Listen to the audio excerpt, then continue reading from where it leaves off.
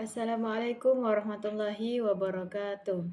Baiklah, pada video kali ini saya akan menjelaskan mengenai menentukan populasi dan sampel untuk memenuhi tugas akhir mata kuliah metodologi penelitian. Perkenalkan, nama saya Nur Alia dengan NIM 2032361 dari kelas 4C Manajemen Pendidikan Islam. Baiklah, langsung saja kita masuki materi yang pertama, yaitu mengenai pengertian populasi. Populasi penelitian mengacu pada semua unit analisis yang memiliki ciri-ciri identik atau mempunyai hubungan bermakna dengan isu penelitian. Pentingnya memahami tingkat dan atribut suatu populasi digarisbawahi untuk menjamin gambaran yang tepat dari kelompok tersebut di dalam suatu penelitian. Baiklah, yang selanjutnya yaitu mengenai indikator-indikator yang terdapat pada populasi. Pada indikator ini terbagi menjadi 4 poin. Yang pertama yaitu jenis populasi. Contohnya seperti manusia, hewan, tumbuhan, benda, dan kejadian spesifik yang berkaitan dengan masalah penelitian. Semuanya dapat dianggap sebagai populasi. Yang kedua yaitu ukuran populasi. Contohnya itu seperti jumlah total orang, benda, atau unit dalam suatu populasi adalah metrik lain dari ukuran populasi. Yang ketiga yaitu faktor demografis. Contoh faktor demografis ini seperti usia, jenis kelamin, etnis, tingkat pendidikan, dan status sosial ekonomi. Poin keempat yaitu mengenai faktor geografis. Ciri-ciri geografis suatu populasi seperti lokasinya, distribusi spesial, atau wilayah administratifnya merupakan sumber informasi lainnya. Yang selanjutnya yaitu populasi berdasarkan sifatnya. Populasi berdasarkan sifatnya terbagi menjadi 2 poin. Yang pertama, populasi homogen. Populasi homogen adalah populasi yang unsurnya memiliki sifat yang sama, sehingga tidak perlu dipersoalkan jumlahnya secara kuantitatif.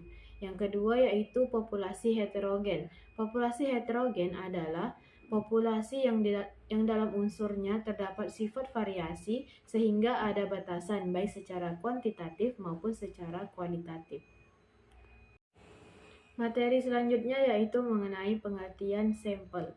Sampel secara sederhana diartikan sebagai bagian dari populasi yang menjadi sumber data yang sebenarnya dalam suatu penelitian. Dengan kata lain, sampel adalah sebagian dari populasi untuk mewakili seluruh populasi. Yang selanjutnya yaitu memilih sampel penelitian.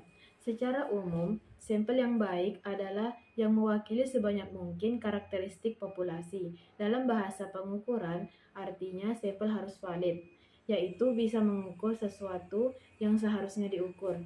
Contohnya, kalau yang ingin diukur adalah masyarakat Makassar, sedangkan yang dijadikan sampel adalah hanya orang Surabaya, maka sampel tersebut tidak valid karena tidak mengukur sesuatu yang seharusnya diukur.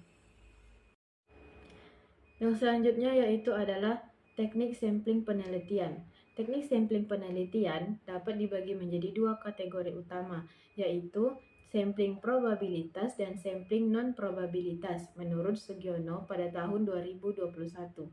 Teknik sampling probabilitas adalah metode di mana setiap elemen dalam populasi memiliki peluang yang sama untuk dipilih. Sedangkan sampling non-probabilitas adalah metode di mana elemen-elemen dalam populasi tidak memiliki peluang yang sama untuk dipilih. Sampel dipilih berdasarkan kriteria tertentu atau kemudahan akses. Selanjutnya yaitu memilih sampel dengan probabilitas.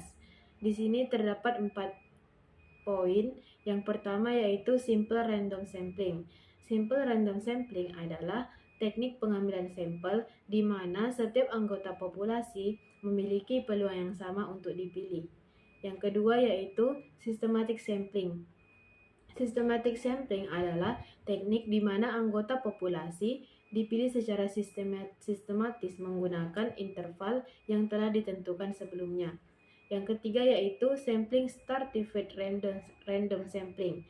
Sampling stratified random sampling melibatkan pembagian populasi menjadi subkelompok atau strata berdasarkan karakteristik tertentu yang relevan dengan penelitian. Yang keempat ada cluster sampling. Jadi cluster sampling ini adalah teknik di mana populasi dibagi menjadi beberapa kelompok atau klaster yang lebih kecil dan heterogen. Kemudian beberapa klaster dipilih secara acak untuk penelitian. Baiklah, cukup sekian materi yang dapat saya sampaikan. Saya ucapkan terima kasih kepada teman-teman yang sudah menonton dan semoga bisa menjadi referensi pembelajaran untuk teman-teman yang membutuhkan. Saya akhiri, wassalamualaikum warahmatullahi wabarakatuh.